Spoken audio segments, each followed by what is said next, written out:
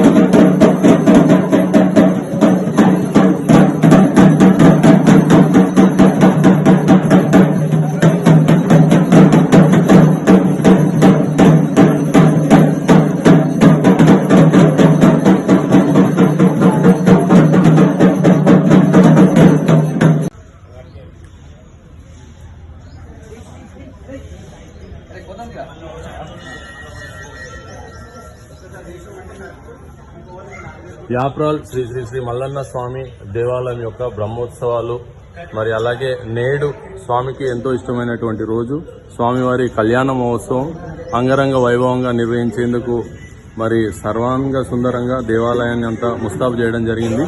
మరి కాసేపట్లో స్వామి యొక్క కళ్యాణ మహోత్సవం ప్రారంభమవుతుంది. కావున భక్త మహాశయులంతా కూడా ఈ యొక్క కళ్యాణ మహోత్సవంలో పాల్గొని ఆ దేవుడి కృపకి పాత్రలవగలరని దేవాలయ కమిటీ విజ్ఞప్తి.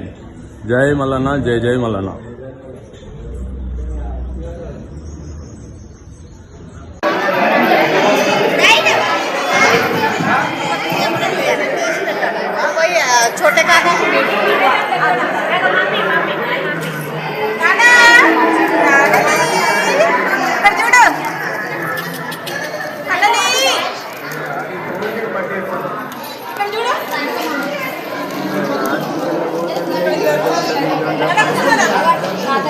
ఇది ఫ్రీ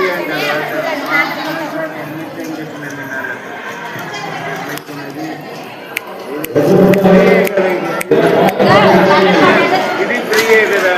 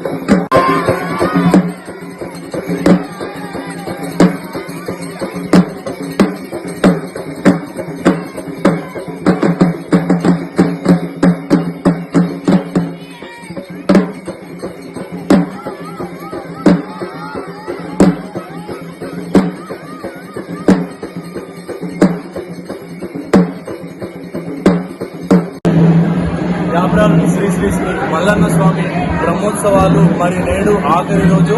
మరి మల్లన్న దేవాలయంగా ఎంతో ప్రసిద్ధిగాంచినటువంటి ఒక పుణ్యక్షేత్రం యాప్రాల్ గ్రామం మరి మేడ్చల్ మల్కాజ్గిరి జిల్లాలో ఉంది. అది పెద్ద పుణ్యక్షేత్రంగా వెలుగొందుతున్నటువంటి మల్లన్న దేవాలయం యొక్క బోనాలు జాతర మరియు బ్రహ్మోత్సవాల సందర్భంగా 4 రోజులుగా ఈ యొక్క పండగ వాతావరణం కొనసాగుతూ ఉంది.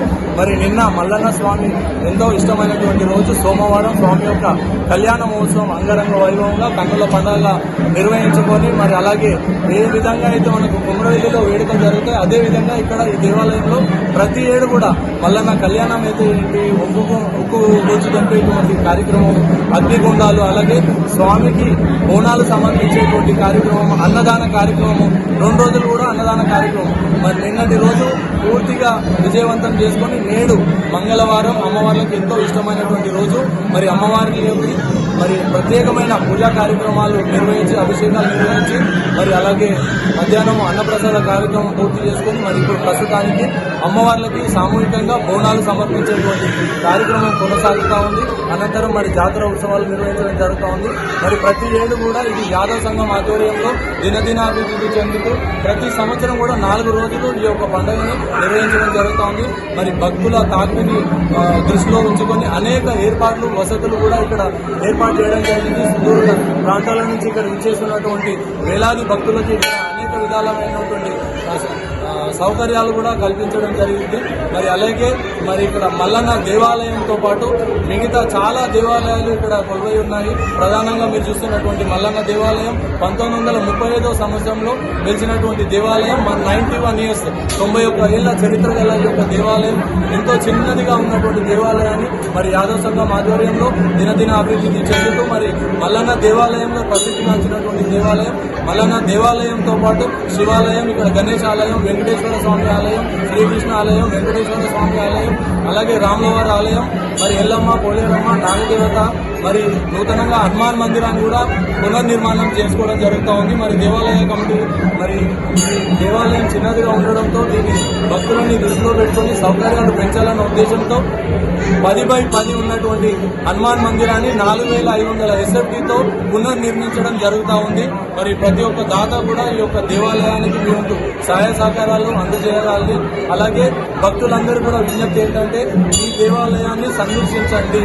దేవాలయంలో చాలా పవర్ఫుల్ యొక్క శక్తి ఉంది. మరి ఆ దేవుడి కృపకి ప్రతి ఒక్కరు కూడా పాత్రలు అవ్వాలని వేడుకుంటూ ప్రతి ఒక్కరు కూడా రండి, ధరించండి, ధన్యులవ్వండి. మరి అలాగే మహాశివరాత్రిని పురస్కరించుకొని 15వ తేదీ ఆదివారం ఉదయం 5 గంటల నుంచి మధ్యరాత్రి 12 గంటల 9 నిమిషాల వరకు కూడా నిరంతరాయంగా అభిషేకాలు స్వామికి ఏర్పాటు చేయడం జరిగింది.